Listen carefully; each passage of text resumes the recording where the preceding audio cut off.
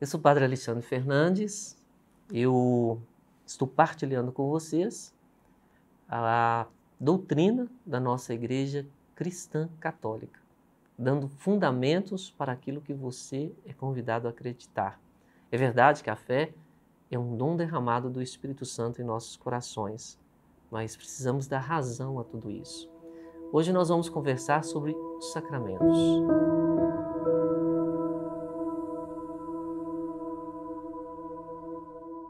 Olá, meus queridos filhos e filhas espirituais. Como vocês têm passado?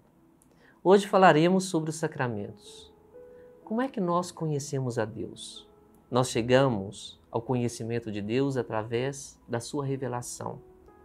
Como se deu a revelação? A revelação aconteceu na história. Foi sentida e percebida por um povo que, ao invocar a Deus, percebeu sua ação de libertação e de promessas, tirando-os de uma situação de escravidão para uma terra livre. Conhecemos essa história por meio do Antigo Testamento. A história do povo de Israel está descrita nos 5 primeiros livros da Bíblia, chamados de Pentateuco, nos quais é possível ver como Deus se comunicou e como o povo foi capaz de perceber essa comunicação. Mas a plenitude dessa relação e o contato entre o povo e Deus se deu em Jesus Cristo. Ele mostrou ao mundo a face mais íntima de Deus, como São João Paulo II disse em uma de suas visitas internacionais. Em Jesus de Nazaré, a plenitude da revelação acontece e o homem pode conhecer sem véu quem era Deus, qual a sua vontade e os seus ensinamentos. Com a paixão, morte e ressurreição de Jesus, a sua divindade foi testemunhada por todos, se espalhando por todas as nações. Mas como nós hoje podemos perceber e sentir a ação de Deus em nosso meio? A resposta é simples. Jesus deixou sinais visíveis para que por meio deles os homens pudessem continuar a receber sua graça, percebendo sua ação eficaz no meio de seu povo. Estes são os sacramentos. Primeiro, são sinais sensíveis, ou seja, são realizados por meio de ritos que tocam a sensibilidade do homem. Por isso, os elementos próprios dos sacramentos: a água, o óleo, a imposição das mãos, o consentimento verbal. Segundo, são eficazes, isto é, realizam o que dizem. Não são meros pedidos ou invocações, mas possuem um efeito real. Eles realizam o batismo com uma adoção filial e purificação, perdoam pecados, legitimam uniões matrimoniais, conferem ordenação sacerdotal. Assim, meus irmãos e irmãs, os sacramentos não são sinais vazios, nem tampouco eventos sociais. Pelo contrário, eles são a forma de Deus agir no mundo, através de sua igreja, santificando os homens e preparando-os para viver em comunhão plena com Ele na eternidade. Eu tenho algo a dizer para vocês, que enquanto nós estamos nessa terra, a igreja pode nos oferecer esses tesouros espirituais que nós chamamos de sacramento. E nós devemos utilizá-los. São bens espirituais deixados por Jesus para que a igreja pudesse administrá-los. Então, enquanto nós estamos neste mundo, a igreja peregrina, a igreja pode nos dá-los. Depois da nossa morte, nós já não mais podemos receber esses tesouros espirituais. Quantos e quais são os sacramentos? Ao longo do tempo, a comunidade cristã foi percebendo e organizando os sacramentos em 7. São considerados os sacramentos de iniciação cristã os 3 primeiros: o batismo, a Eucaristia e a Crisma. São assim conhecidos porque são a porta de entrada para a comunidade cristã e para a comunhão com Deus por meio da igreja.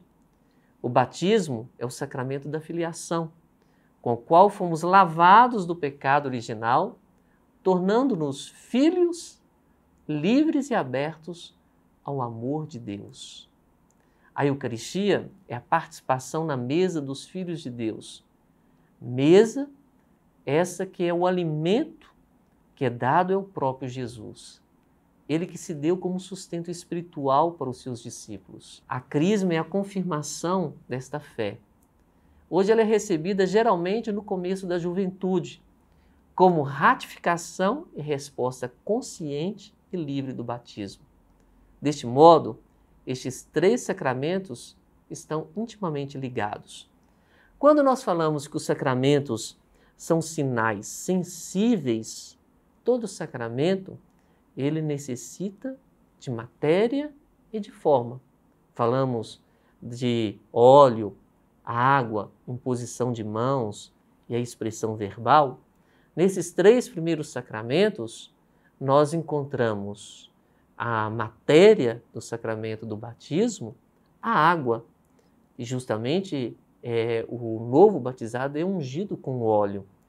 E é tão interessante porque o sacerdote ele tem que utilizar as palavras das quais a igreja diz: eu te batizo em nome do Pai, do Filho e do Espírito Santo.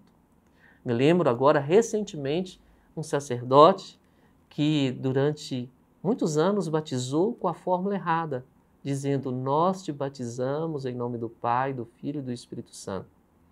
Vocês imaginam fazer aquilo que é contrário do que a igreja faz? Como se nós, sacerdotes, fôssemos os donos desse tesouro espiritual e não percebermos que são patrimônios da igreja? O sacramento da Eucaristia é dado pelo pão, pelo vinho. Nós não podemos mudar a matéria destes sacramentos.